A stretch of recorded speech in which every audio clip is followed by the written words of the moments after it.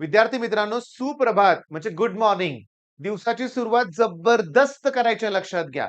कमी वेळेत चांगला अभ्यास करायचा आहे. ग्रुप 16, 17, 18 म्हणलं की पुस्तक उघडायचीच भीती वाटते. केवढा मोठा टॉपिक आहे ना. मी आहे ना. मी तुम्हाला यातले असे क्वेश्चन्स देणार आहे की जे एक्झाम मध्ये सारखे रिपीट झालेले आहेत आणि अजून पण होऊ शकतात. काल बघितले तुम्ही की फिजिक्सच्या पेपरमध्ये पीवायक्यू होत्या बाळांनो, पण अभ्यास परफेक्ट पाहिजे. हे की नाही सांगा बघू? अभ्यास परफेक्ट करण्यासाठी मी जे क्वेश्चन्स तुम्हाला एक्सप्लेन करणार आहे, त्याची तुम्हाला प्रॅक्टिस करावी लागेल. बर, ग्रुप 16, 17, 18 ची सुरुवात करायची कशी? कशी करायची? तर ही अशी सुरुवात करायची. एनॉमलस बिहेवियर ऑफ ऑक्सिजन आणि फ्लोरीन. याचा अर्थ काय रे? एनॉमलस बिहेवियर 10वी ला होतं तुम्हाला. 10वी ला हा प्रश्न होता. नव्हता रे. पण एनॉमलस बिहेवियर ऑफ वॉटर होतं. हे बघा, त्या सबस्टन्सचं इतरांपेक्षा बिहेवियर कसं वेगळं आहे हे सांगायचंय. पाण्याच्या बाबतीत काय होतं माहितीये का? की 4 डिग्री सेल्सियस पर्यंत टेम्परेचर कमी करा, कॉन्ट्रॅक्शन होतंय. पण 4 पेक्षा कमी केलं की एक्सपान्शन होतं. तो पॉइंट तिकडे बाजूला ठेवूया, या मुद्द्यावर वळूया आपण. मग मला सांगा, ऑक्सिजन फॅमिली, ओके, आणि हॅलोजन.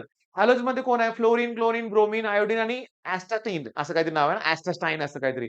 आणि ऑक्सिजन फॅमिलीमध्ये कोण आहे? ऑक्सिजन आहे, सल्फर आहे, सेलेनियम आहे, टेल्युरियम आहे आणि पोलोनियम आहे. हा रेडिओ ऍक्टिव्ह आहे बरं का. हा कसा आहे? Radio active. मुद्दा असा आहे की ऑक्सिजन हा इतरांपेक्षा वेगळा आहे. मग ऑक्सिजन हा जर पॅरामॅग्नेटिक असतील तर बाकीचे पॅरामॅग्नेटिक नाही आहेत. ऑक्सिजन हा गॅस आहे, एवढं तर कळतंय ना तुम्हाला. मी माझ्या ऑफलाईन मध्ये असे नमुने बघितलेत बरं का. शेजारच्या मुलाचं बघून लिहितंय, मेंदू पण वापरत नाहीत. शेजारचे म्हणून लिहिलंय, oxygen is solid in state while other as gaseous. हे ना पण लिहिलंय बघून. अरे ऑक्सिजन सॉलिड असं नाकातनं गेला असता का आत? लक्षात घ्या. साधी गोष्ट आहे. साधी गोष्ट आहे. तुम्हाला आठवून गंमत सांगतो बरं का, लक्षात घ्या. बघा, हे मी माझ्या ऑफलाईन बॅगमध्ये सांगितले, आता YouTubeवर पण सांगतोय. बघा, असं उत्तर होतं बरं का आणि शब्द होता प्रेझेंट इन द सिस्टीम. बघा, मी गंमत सांगायला लागलोय. कॉपी करणाऱ्या मुलांची गंमत सांगतोय. लक्ष द्या. Present in the system. चला, याचं दुसऱ्यानं बघून लिहिलं. Okay. Present in the system. बरोबर आहे, बरोबर आहे. पण यस जरा बदललं. तिसऱ्याने याचं बघून लिहिलं. Present in the system. कळालं असेल तुम्हाला काय झालंय ना. चौथ्या नमुन्यानं लिहिलंय. चौथ्या नमुन्यानं लिहिलं प्रेग्नेंट इन द सिस्टीम. कुठल्या कुठं गेला हा शब्द? म्हणजे मी तुम्हाला सांगतो, अरे साध्या गोष्टी असतात रे. कुणाचं बघून लिहायचंच नाही. बघून लिहिताना आपलं डोकं कामच करत नाही. आपल्याला जेवढे तेवढं लिहायचंय. मग ऑक्सिजन हा सॉलिड आहे, लिक्विड आहे, गॅस आहे? गॅस आहे. मग बाकीचे सगळे गॅस नाहीयेत. ऑक्सिजन हा डायटॉमिक आहे, म्हणजे O2 त्याचा फॉर्म्युला आहे. बाकीचे पॉलिएटॉमिक आहेत, लक्षात घ्या. मग हे पॉइंट मी तोंडी सांगतोय, करायचंय तुम्हाला. काय अवघड आहेत का पॉइंट? बिलकुल नाहीयेत. प्रश्न परीक्षेत येतो का? बऱ्याच वेळा आलाय. बऱ्याच वेळा आलेला आहे आणि येणार, परत, परत, परत रिपीट होणार. लक्षात घ्या. मी वाचून दाखवतोय तुम्हाला प्रश्न. वाचून दाखवतोय, व्यवस्थित लक्ष द्यायचंय. कॅरेक्टरिस्टिक्स. ओके. मी तुम्हाला सांगतो ना, व्यवस्थित सांगतो प्रश्न कुठले येणार आहेत ते बरं का. आणि तेवढेच तुम्हाला करायचे आहेत. Anomalous behaviour of fluorine with respect to विचारतात बरं का. With respect to electronegative, with respect to electron gain enthalpy, enthalpy. आता मी ऑक्सिजनचं बघतोय बरं का. With respect to atomicity. Oxygen diatomic आहे. डायटॉमिक आहे. ॲटॉमिक नाही, डायटॉमिक आहे, लक्षात घ्या. मॅग्नेटिक प्रॉपर्टी पॅरामॅग्नेटिक आहे. बाकी सगळे nature of hydride, oxidation state. ऑक्सिजनची जनरली ऑक्सिडेशन स्टेट लोअर असते, -2, -1 अशी म्हणूया आपण. बाकीच्यांची हायर असते. कंपॅरिझन करायचंय. 20 मिनिटं वेळ लाव, अर्धा तास वेळ लावायचा. तुम्हाला करायचंय काय, की एनोमलस बिहेवियर म्हणजे वेगळं कसं आहे ते सांगायचंय आणि त्याचे रिझन्स सांगायचे आहेत तुम्हाला. काय सांगायचे आहेत? रिझन्स. ओके. बर. आता टॉपिकची सुरुवात छान झाली. एनोमलस बिहेवियर ऑफ ऑक्सिजन करणार, एनोमलस बिहेवियर ऑफ फ्लोरीन करणार. मोस्ट ऑफ द केस मध्ये चान्सेस आहेत की रिपीट होईल प्रश्न 2 किंवा 3 मार्काला. 3 मार्काला येतोय हा प्रश्न. सेक्शन सी मध्ये येऊ शकतो. नाही आला तर एखादी एमसीक्यू येऊ शकते. हो, बर. MOT बरं का, मॉलिक्युलर ऑर्बिटल थेअरीनुसार ऑक्सिजन हा पॅरामॅग्नेटिक आहे बरं का. मेन पॉइंट काय, याच्या पुढे काय करायचंय, की स्टार्टिंग पेज मी सांगतो. स्टार्टिंगच्या पेज वरती तुम्हाला दिसेल फ्लोअर ॲपेटाइट, क्रायोलाइट, फ्लोरोस्पार अशी वेगळी नावं दिसतील. जिप्सम, इप्सम अशी नावं दिसतील. फॉर्म्युले करायचे त्याचे.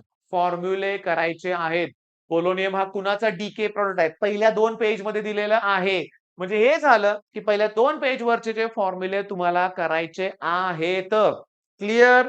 नेक्स्ट पेजकडे जाऊया आता नेक्स्ट क्वेश्चनकडे. ट्रेंड्स इन पिरियॉडिक प्रॉपर्टीज म्हणजे down the group size, radius, melting point, boiling point, ionization enthalpy, electronegativity down the group याच्यात काय चेंजेस होतात एवढं सांगायचं आहे. मग ग्रुप 16 असू दे, ग्रुप 17 असू दे, नाहीतर ग्रुप 18 असू दे. डाउन द ग्रुप साईज वाढतच जाणार आहे. डाउन द ग्रुप इलेक्ट्रोनेगेटिव्हिटी कमी होणार आहे. Down the group melting point, boiling point वाढत जाणार आहेत. लक्षात घ्या. फक्त हे तुम्हाला करावं लागेल. मग आता 2 आणि हे 3 ग्रुपचे असे 5 प्रश्न झाल्यासारखं वाटतंय तुम्हाला. नाही बाळांनो, प्रश्न कमीच आहेत लक्षात घ्या. अनॉमलस बिहेव ट्रेंड्सचा प्रश्न मागाचा एकसारखा आहे. पण अनॉमलस बिहेवियर ऑफ ऑक्सिजन वेगळं आहे आणि फ्लोरीन वेगळं आहे बरं का लक्षात घ्या. तुम्हाला हे दोन्ही पॉइंट मात्र पुस्तकातले परफेक्ट करावे लागतील. आता प्रोसेस. नक्की ही जी प्रोसेस आहे ही आहे कशासाठी? Production of sulphuric acid. Sulphuric acid तयार करण्यासाठी कॉन्टॅक्ट प्रोसेस. मग परीक्षेत प्रश्न आलाय. Which of the following method is used to prepare or manufacturing H2SO4? Process लक्षात घ्या. प्रश्न क्रमांक 1 कॅटलिस्ट कुठला आहे? व्हॅनाडियम पेंटॉक्साइड V2O5. अजून काय? प्लॅटिनायझर ऍस्बेस्टॉस शीट वापरतात. बरं स्टेप काय? फर्स्ट स्टेप सल्फर डायऑक्साइड तयार करायचा आहे. सल्फर डायऑक्साइड पहिली स्टेप. सेकंड स्टेप सल्फर डायऑक्साइडला सल्फर ट्रायऑक्साइड मध्ये कन्वर्ट करा. SO2 ला SO3 मध्ये तिथंच व्हॅनाडियम पेंटॉक्साइड लागतो. थर्ड स्टेप सल्फर ट्रायऑक्साइड तयार झालंय ना त्यापासून ओलियम तयार करायचंय. ओलियम H2S2O7 फॉर्म्युला चेक करा बरं का माझ्याकडे मी आता सांगतोय पण तुम्ही कन्फर्म करा कारण विचारलाय परीक्षेत. आता जे ओलियम तयार झालंय फायनल स्टेज मध्ये त्याच्यापासून हायेस्ट प्युरिटीचं H2SO4 तयार होणार.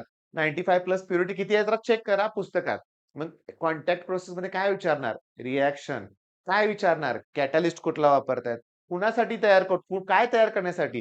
तर H2SO4 तयार करण्यासाठी कॉन्टॅक्ट प्रोसेस. अरे या धड्यातले मोस्ट इम्पॉर्टंट क्वेश्चन झाले बरं का बाळांनो झाले. पण मला काय म्हणायचंय मी तुम्हाला सांगतो हे राहिलंच की मधलं पेज. मी तेच विचार करत होतो. मी ठरवलंच काय घ्यायचं राहिलं कसं काय? तर आपण पुढच्या पेजवर गेलो. ऑक्झो ऍसिड ऑफ सल्फर करा. मी तुम्हाला सांगतो तेवढंच नाही. या टॉपिक मधले सगळे स्ट्रक्चर करायचे त्यात ओझोनचं पण स्ट्रक्चर आहे. मग त्यात ओझोनच्या स्ट्रक्चर मध्ये बेंट स्ट्रक्चर आहे. सल्फर डायऑक्साइडचं पण स्ट्रक्चर दिलंय का बघा. ओके आणि ऑक्झो ऍसिड साठी तुम्ही प्लीज माझा 11 मिनिटाचा एक व्हिडिओ तो बघायचा.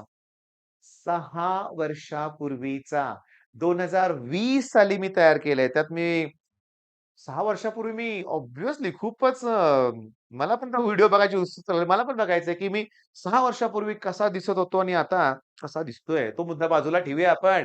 मेन काय? का करायच्यात माझ्या व्हिडिओतले बघून? पुस्तकात चुका आहेत. पुस्तकातले ऑक्झो ऍसिड्स मध्ये प्रिंटिंग मिस्टेक आहे. आता सगळंच चुकलंय असं म्हणत नाही, पण काही-काही ऑक्झो ऍसिड्स चुकलेले आहेत. त्यामुळे तुम्ही काय करा, ऑक्झो ऍसिड ऑफ सल्फर करा. पुन्हा क्लोरीनचे पण काहीतरी ऑक्झो ऍसिड्स दिलेले आहेत बरं का. ते स्ट्रक्चर बघा. ओके हे झालं. व्हिडिओ बघायचा 11 मिनिटाचा आहे. शॉर्ट टेक्निक आहे त्याच्यात. आता मला पण पटकन आता आठवत नाहीये ते. पण सगळ्यांच्या मस्त अशा टेक्निक आहेत. बट कॉन्टॅक्ट प्रोसेस बद्दल बोललो मी. आता युजेस झाडून क्लोरीनचे युजेस आहेत, ऑक्सिजनचे युजेस आहेत, सल्फरचे युजेस आहेत, सल्फर डायऑक्साइडचे युजेस आहेत.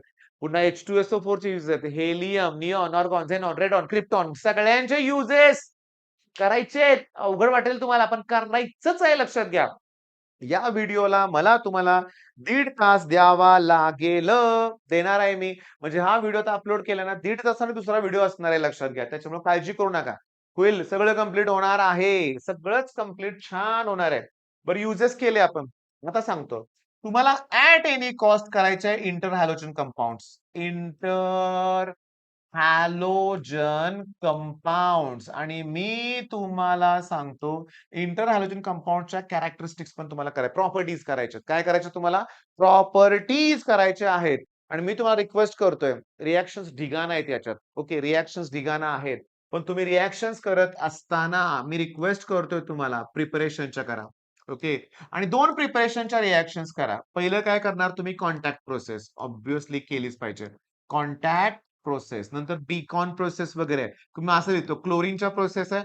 पण ऑक्सिजनचं खूप सोपं आहे. ऑक्सिजनची खूप खूप खूप सोपी आहे reaction. Some basic concept of chemistry नावाचा एक टॉपिक आहे बरं का. बघा, पोटॅशियम क्लोराइडचं डिकम्पोझिशन झालं की KCl तयार होतं आणि प्लस ऑक्सिजन तयार होतो आणि 10वीच्या पुस्तकातली रिएक्शन आहे.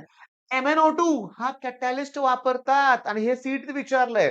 चला हे 3 ह्याला 3 न मल्टिप्लाय करा, याला 2 न मल्टिप्लाय करा, याला 2 न आणि 11वीचा जो पहिला टॉपिक आहे ना, some basic concept of chemistry 6-7 वेळा ह्या रिएक्शनवरती न्यूमेरिकल आले. जर तुमच्याकडे स्कोर बुस्टर असेल तर बघा. ओके. बरं मग आता टार्गेट दिलंय. मोठा टॉपिक आहे. रिएक्शन राहतात राहू दे, राहू दे टेन्शन घेऊ नका. 1-2 मार्काच्याकडे बघून अख्ख्या टॉपिककडे दुर्लक्ष करू नका. मस्त टॉपिक आहे लक्षात घ्या. कंप्लीट करा. All the best.